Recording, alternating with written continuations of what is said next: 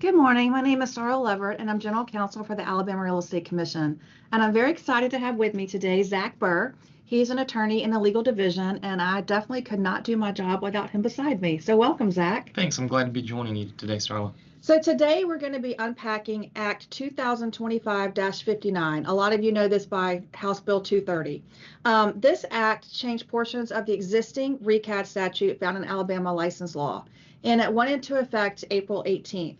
We have had so many calls and questions about this topic, so I know I always say this on Briefly Legal, but definitely today, don't be shy. If you have a question, just raise your hand, we'll unmute you, and then you can ask that question, and you can do that at any time while we're talking. We'll just pause and take the question.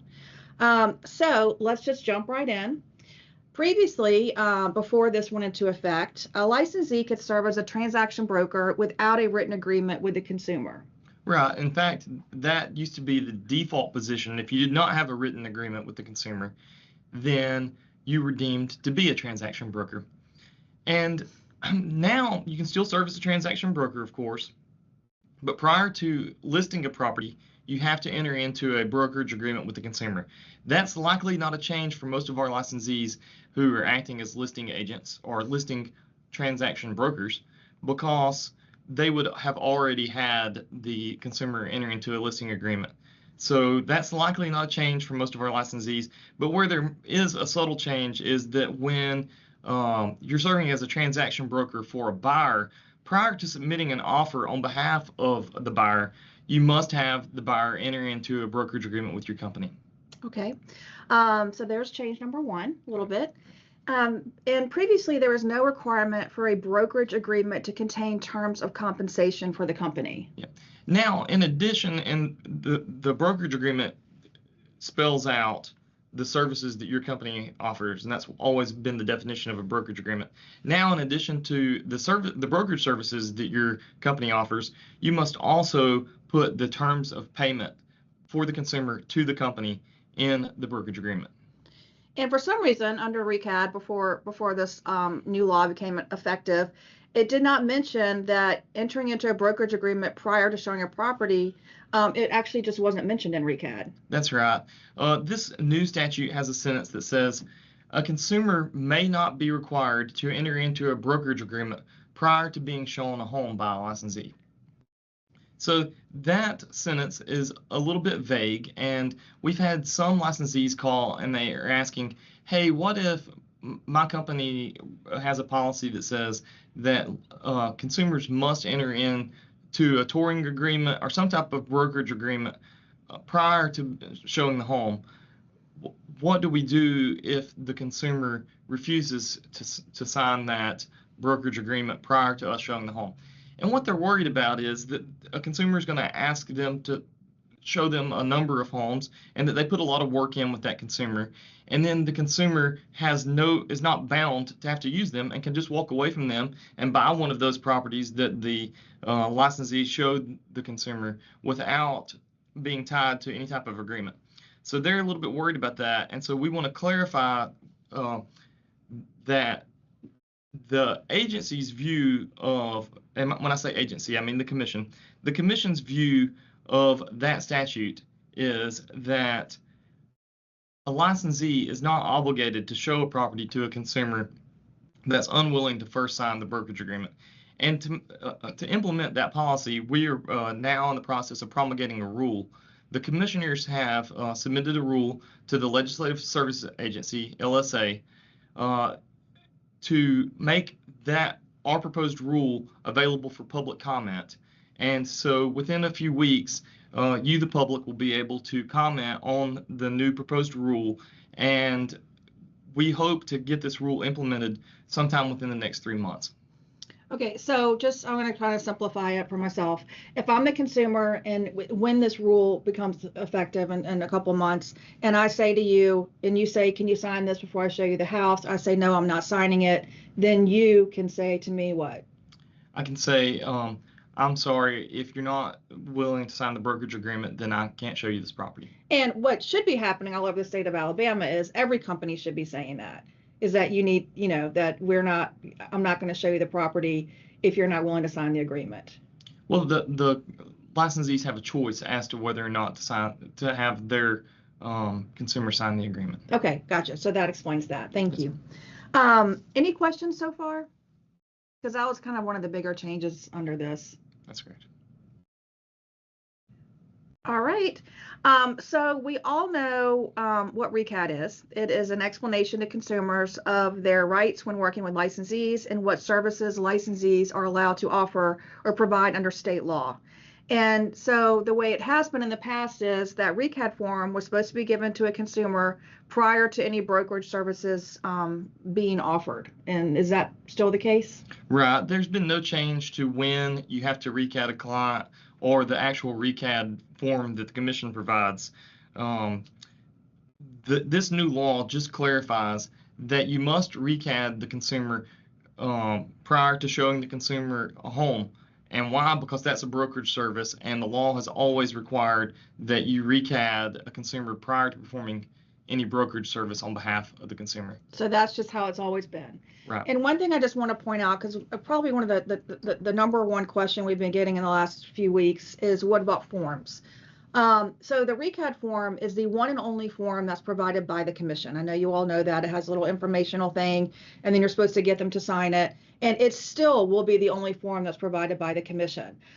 Zach, what if I present this to the consumer and they don't want to sign it? Right. If the consumer doesn't sign the acknowledgement that they received the RECAD form, then you should simply note on the RECAD form that you provided that to the consumer on the date that you provided it to them, and that they refused to sign it.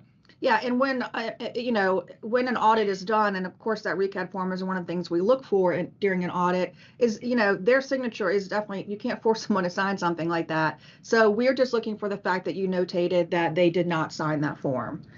Now, previously, brokerage office policies, the way that we've treated these is that every brokerage had to have an office policy regarding what services they offer.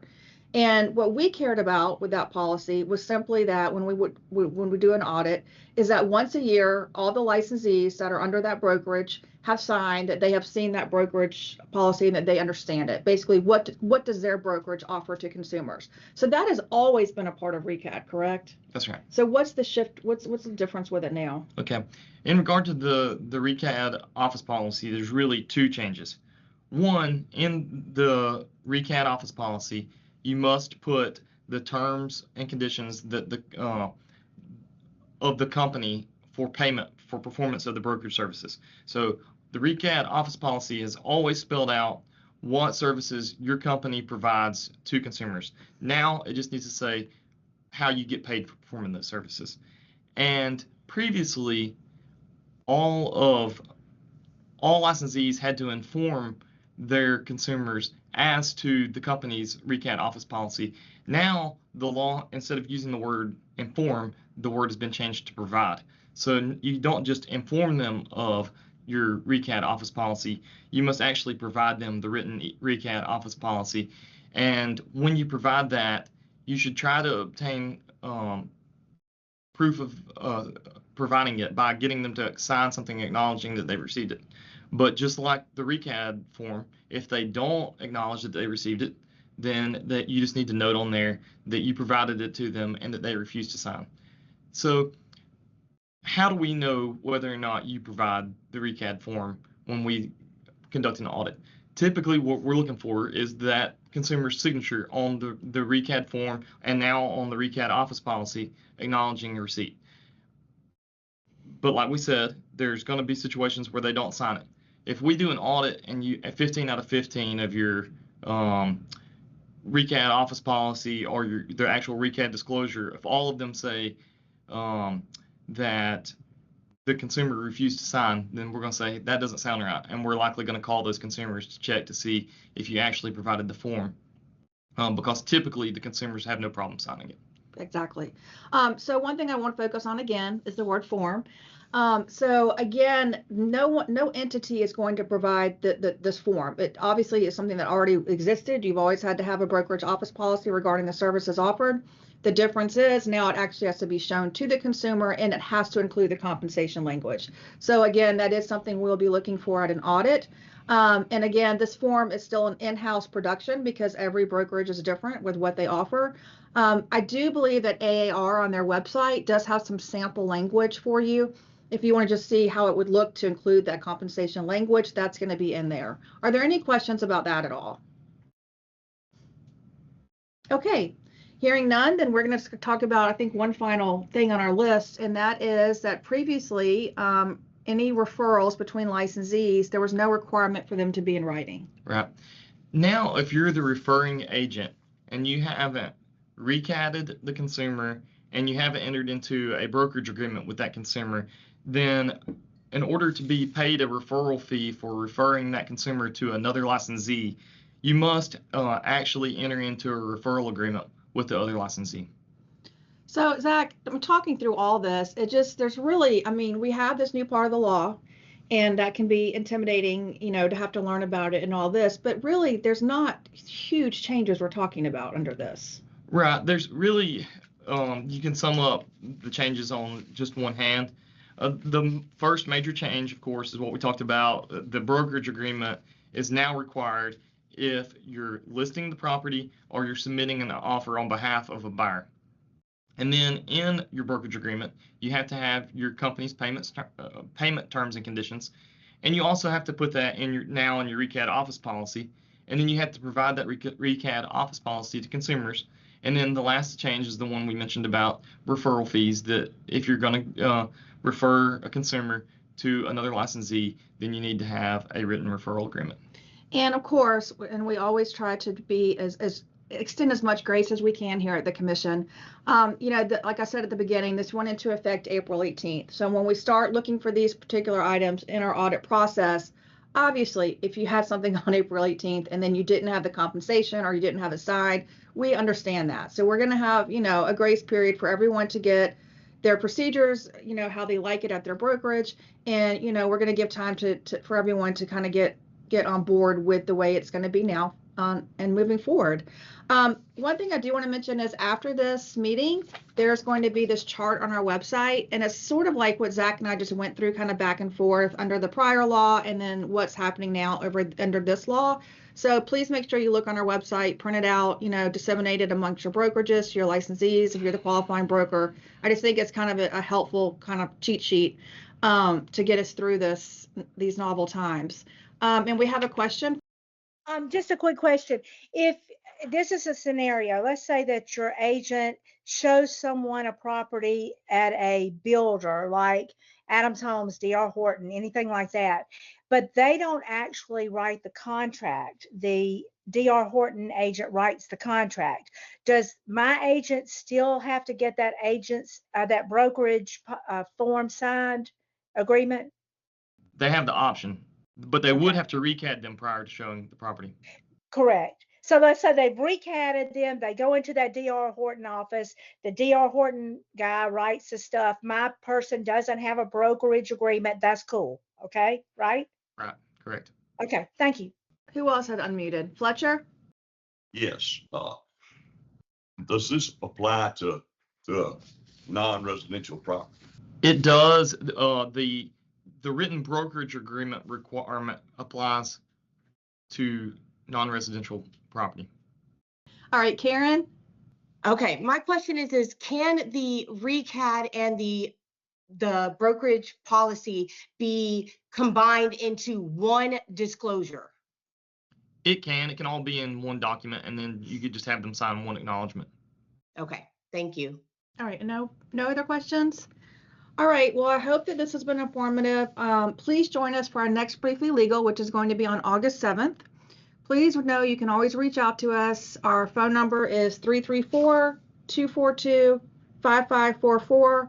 Our email is arec@arec.alabama.gov. Our website is arec.alabama.gov. You can also find us on social media with Facebook, X, Instagram, YouTube, and the social media handle for all of those is @AREC Alabama Gov. Please remember that we often send very important information out via email, so please don't ignore our emails, open them. And again, this form will be posted on the website later today, so hopefully this will be helpful to you as well. Anyway, thanks for joining, and I hope you'll have a great day.